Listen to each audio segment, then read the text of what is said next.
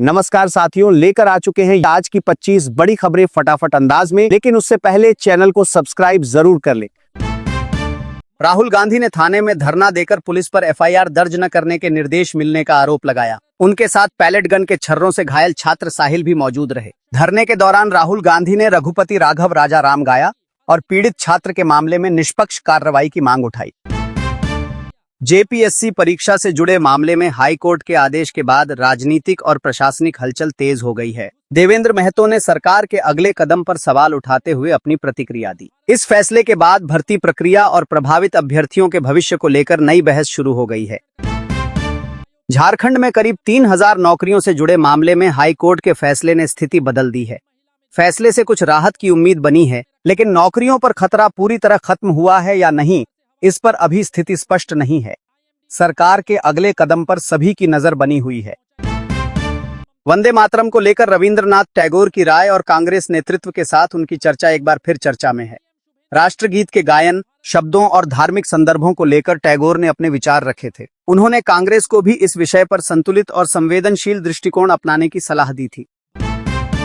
CJP पर हुए हमले के मामले में शिक्षा मंत्री का बयान सामने आया है। मंत्री दिलावर ने कहा कि ग्रामीण नहीं चाहते कि उनके बच्चे असंस्कारी भाषा सीखें। उनके बयान के बाद शिक्षा, भाषा और सांस्कृतिक मूल्यों को लेकर बहस तेज हो गई है तथा मामले पर अलग अलग राजनीतिक प्रतिक्रियाएं भी सामने आ रही हैं। शिक्षा मंत्री को 2 दिन का समय देने और नए विरोध प्रदर्शन के ऐलान से मामला फिर गर्मा गया है। प्रदर्शनकारियों ने सरकार को चेतावनी देते हुए अपनी मांगों पर जल्द कार्रवाई की बात कही। तय समय में समाधान नहीं होने पर आंदोलन को और व्यापक बनाने की तैयारी की जा रही है। बांग्लादेश के चीन और पाकिस्तान के साथ बढ़ते रणनीतिक संपर्क को लेकर नई चर्चाएं शुरू हो गई हैं। इसे क्षेत्रीय राजनीति में संभावित मुस्लिम गठजोड़ के रूप में देखा जा रहा है। हालांकि इसकी वास्तविक दिशा अभी स्पष्ट नहीं है, लेकिन दक्षिण एशिया में बदलते समीकरणों पर भारत की नजर बनी हुई है। भारत में इथेनॉल उत्पादन बढ़ने के बीच चीनी की कीमतों पर इसके संभावित असर को लेकर चर्चा तेज है। गन्ने का बड़ा हिस्सा इथेनॉल उत्पादन में जाने से चीनी की उपलब्धता प्रभावित हो सकती है। मांग, उत्पादन और सरकारी नीतियों के बीच संतुलन बनाए रखना अब कीमतों को नियंत्रित करने के लिए महत्वपूर्ण होगा।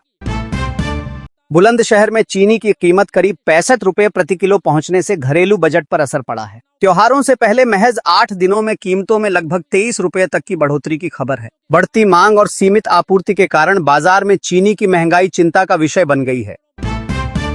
चीनी का स्टॉक मांग के मुकाबले कम होने से कई जगह कीमतें 70 रुपए प्रति किलो तक पहुंचने की खबर है। बढ़ती महंगाई और संभावित कमी से निपटने के लिए सरकार ने करीब 10 साल बाद नई घोषणा की है। इसका उद्देश्य आपूर्ति बढ़ाकर बाजार में कीमतों को नियंत्रित करना बताया जा रहा है।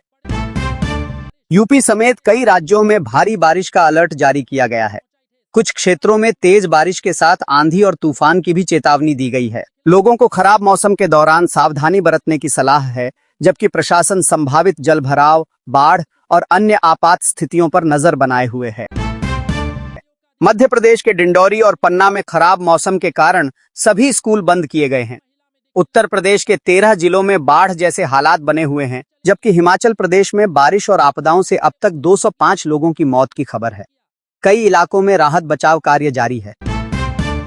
खुले खाद्य तेल की बिक्री को लेकर सख्त कार्रवाई की चेतावनी दी गई है। नियमों का उल्लंघन करने वालों पर गंभीर कानूनी कार्रवाई हो सकती है और कुछ मामलों में 7 साल तक की सजा का प्रावधान बताया जा रहा है। सरकार और संबंधित विभाग खाद्य पदार्थों की गुणवत्ता तथा सुरक्षा सुनिश्चित करने पर जोर दे रहे हैं। आतंकवाद के खिलाफ भारत के साथ खड़े रहने का संदेश पोलैंड की ओर से सामने आया है। भारत की धरती से दिए गए इस बयान को अंतर्राष्ट्रीय सहयोग के लिहाज से महत्वपूर्ण माना जा रहा है। इससे आतंकवाद के मुद्दे पर पाकिस्तान पर कूटनीतिक दबाव बढ़ने की संभावना को लेकर भी चर्चा तेज हुई है। जंतर मंतर प्रदर्शन से जुड़े पैलेट गन और बिना वर्दी वाले पुलिसकर्मियों के आरोपों की जांच के लिए सुप्रीम कोर्ट ने कमेटी गठित की है। कमेटी पूरे घटनाक्रम और संबंधित आरोपों की जांच करेगी।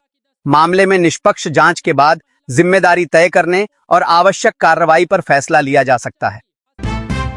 रक्षाबंधन के अवसर पर किसानों को 4000 रुपए मिलने की चर्चाओं के बीच सरकार की प्रतिक्रिया सामने आई है। किसानों को किसी योजना के तहत अतिरिक्त आर्थिक सहायता मिलने के दावों पर स्थिति स्पष्ट की जा रही है। लाभार्थियों को सलाह दी गई है कि वे केवल आधिकारिक घोषणा और सरकारी पोर्टल की जानकारी पर भरोसा करें।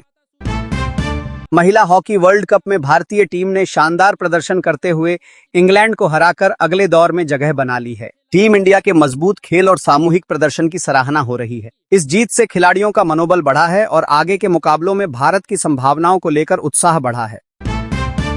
दिल्ली मास्टर प्लान के तहत राजधानी के भविष्य को नए तरीके से विकसित करने की तैयारी है। योजना में 100 मंजिला इमारतों और करीब 40 लाख नए फ्लैटों की संभावना शामिल है।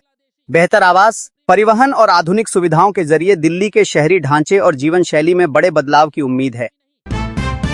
दिल्ली एनसीआर में लगातार बारिश से जनजीवन प्रभावित हुआ है, जबकि मध्य प्रदेश के कई जिलों में बाढ़ जैसे हालात बने हुए हैं। निचले इलाकों में जलभराव और नदियों के बढ़ते जलस्तर पर प्रशासन नजर रख रहा है। प्रभावित क्षेत्रों में राहत और बचाव की तैयारियां तेज कर दी गई हैं।